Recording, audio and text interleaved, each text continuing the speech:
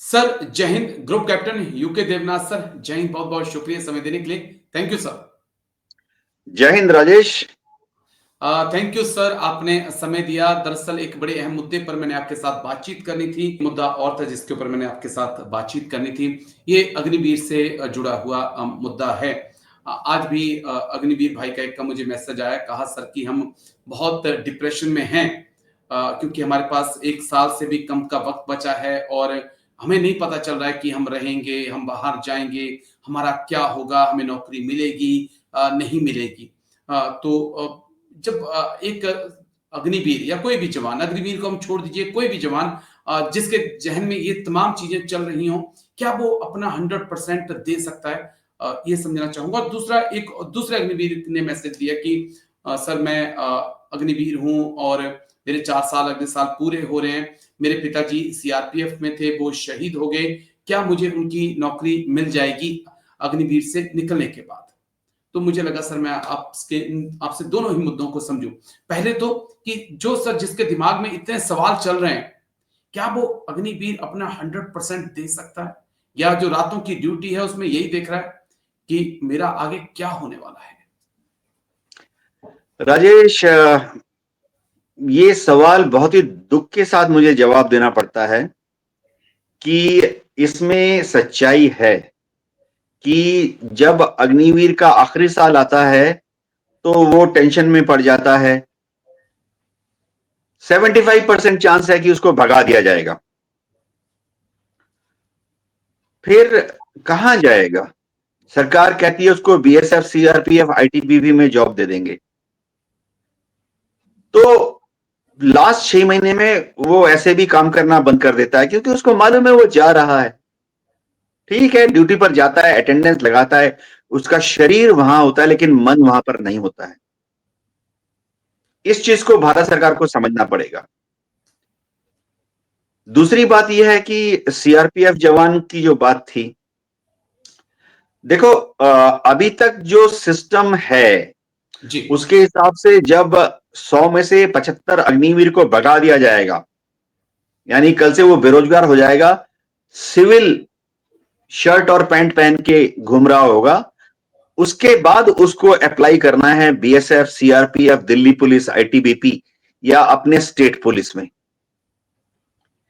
वहां की जो भर्ती है उसके 10% कह रहे हैं उसको दिया जाएगा। वहां पर भी देखो उसको एज रिलैक्सेशन मिलेगी, लेकिन उसको रिटन टेस्ट तो देना ही पड़ेगा ना। कई जगह पर फिजिकल टेस्ट भी हो जाएंगे। सबसे बड़ी बात है कि किसी भी स्टेट का आप देख लो राजेश, 10% वैकेंसी क्या है? कुछ भी नहीं है।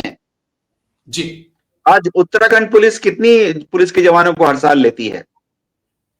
समझो 20,000। उसका 10% क्या है? 2,000। आज मुझे हिमाचल प्रदेश, मुझे नहीं लगता इतनी भर्तियां होती होंगी। हार्डली 1,500 से 2,000 भी बहुत बड़ी बात है उत्तराखंड हिमाचल में, कि हर साल इतनी पुलिस की भर्तियां हों। 500,000 का आंकड़ा हम रख सकते हैं कि हाँ इतनी भर्तियां होंगी। इससे ज्यादा तो बहुत मुश्किल है। राजेश आपने सही बताया। अभी जैसे बीएसएफ, सीआरपीएफ, आईटीबीपी, एसएसबी, ये सब है, कितनी भर्तियां हो जाती होंगी हर साल में? मेरा आकलन है कि हर साल में ये लोग करीबन 40,000 जवानों की भर्ती करते हैं, तो उसका 10% कितना होगा? 4,000। तो भयंकर समय आने वाला है, भयंकर समय आने वाला है अग्निवीर के लिए। ये बेचारे 100 में से 75 को जिनको भगा दिया जाएगा, ये बेचारे एड़ियां रगड़ते रगड़ते, फॉर्म फिलअप करते करते और रिटन टेस्ट देते देते ही मारे जाएंगे सारे। लेकिन क्या जी देवनाथ राजेश। जी, क्या देवनाथ सर, एक चीज और समझाइए। इसी कारण गृह मंत्रालय ने तमाम जो प्राइवेट सिक्योरिटी कंपनीज हैं उनको लेटर जारी किया है कि आप हायरिंग में जो है वैकेंसी रखिएगा अग्निवीर के लिए। क्या यही वो वजह है कि अब सरकार भी समझ रही है कि कहाँ हम इनको एडजस्ट करेंगे, तो इसलिए प्राइवेट सिक्योरिटी कंपनी, लेकिन वहां सैलरी नहीं है सर और वो इज्जत नहीं है। आप सेना की सर्विस करके आ रहे हैं और गार्ड पर जो ऑफिस जाने वाली लड़कियां या मैडम हैं उनको सैल्यूट मार रहे हैं, लड़कों को सैल्यूट मार रहे हैं। तो क्या वो इज्जत होगी अग्निवीर की? राजेश, गृह मंत्रालय के इस चिट्ठी को हम कचरे के अलावा और कुछ नहीं समझ सकते। एक अग्निवीर जब छोड़ेगा उसकी फाइनल तनख्वाह 40,000 होगी। Agree sir. कोई भी guard service in India, best security company भी अपने गार्ड को 40,000, 35,000, 30,000 नहीं देती है। सारी जितनी कंपनियां हैं अपने गार्ड को 18,000 देती है। तो एक अग्निवीर क्या 18,000 की नौकरी ज्वाइन करेगा हाथ में डंडा लेकर? ये बहुत शर्म की बात है कि गृह मंत्रालय ने इस तरह की चिट्ठी इशू की है। गृह मंत्रालय की चिट्ठी ऐसी होनी चाहिए थी कि जब ये किसी सिक्योरिटी कंपनी को ज्वाइन करेंगे तो इनको 40,000 से स्टार्टिंग सैलरी दी जाए, लेकिन उस चिट्ठी में ऐसा कुछ नहीं लिखा हुआ। जी। तो राजेश, अग्निवीर स्कीम जो है ये भारत सरकार के, कोई भी सरकार हो, अगर कांग्रेस की भी सरकार होती, एक धब्बा है जी। वैसे देखो, मैं आपके सेकंड सवाल पर जल्दी से आना चाहता हूं। सीआरपीएफ ज्वाइन करना चाहता है एक बच्चा। बिल्कुल सर। देखो वो जब जिस दिन रिटायर होगा, मेरे फादर जो हैं सीआरपीएफ में थे, ऑन सर्विस उनकी डेथ हो गई। तो क्या मुझे मेरे फादर की जॉब मिल सकती है? क्योंकि हम ये देखते हैं कि अर्धसैनिक बलों में ऐसा चलन है कि नेक्स्ट ऑफ किन को जॉब दे दी जाती है, और स्टेट गवर्नमेंट में तो ये है ही कि अगर कोई सरकारी कर्मचारी या पोस्ट ऑफिस में काम कर रहा है तो अगर उसकी डेथ होगी तो उसकी वाइफ या बेटी या बच्चे को दे दी। तो वो कह रहे हैं कि क्या ऐसी कोई पॉसिबिलिटी है मेरे लिए? राजेश देखो, अभी तक तो इनकी भर्ती की प्रक्रिया कैसे होगी, फॉर्म कब भरे जाएंगे और किस तरह के फॉर्म भरे जाएंगे, फाइनलाइज नहीं हुआ है।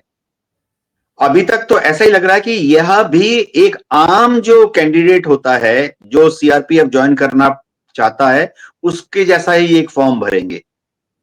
तो उसमें प्रेफरेंस लिखने की कोई जगह नहीं है कि मेरे पिताजी सीआरपीएफ में थे।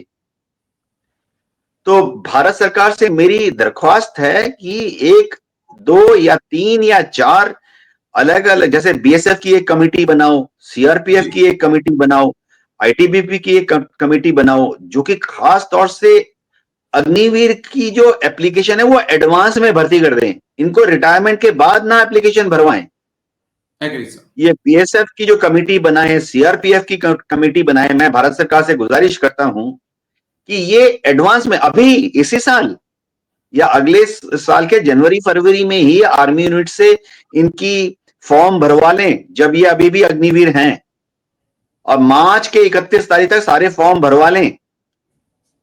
तो उसमें एक कॉलम होना चाहिए कि आप क्या ज्वाइन करने चाहिए, आपकी क्या फर्स्ट प्रेफरेंस क्या है, सेकंड प्रेफरेंस क्या है और क्यों।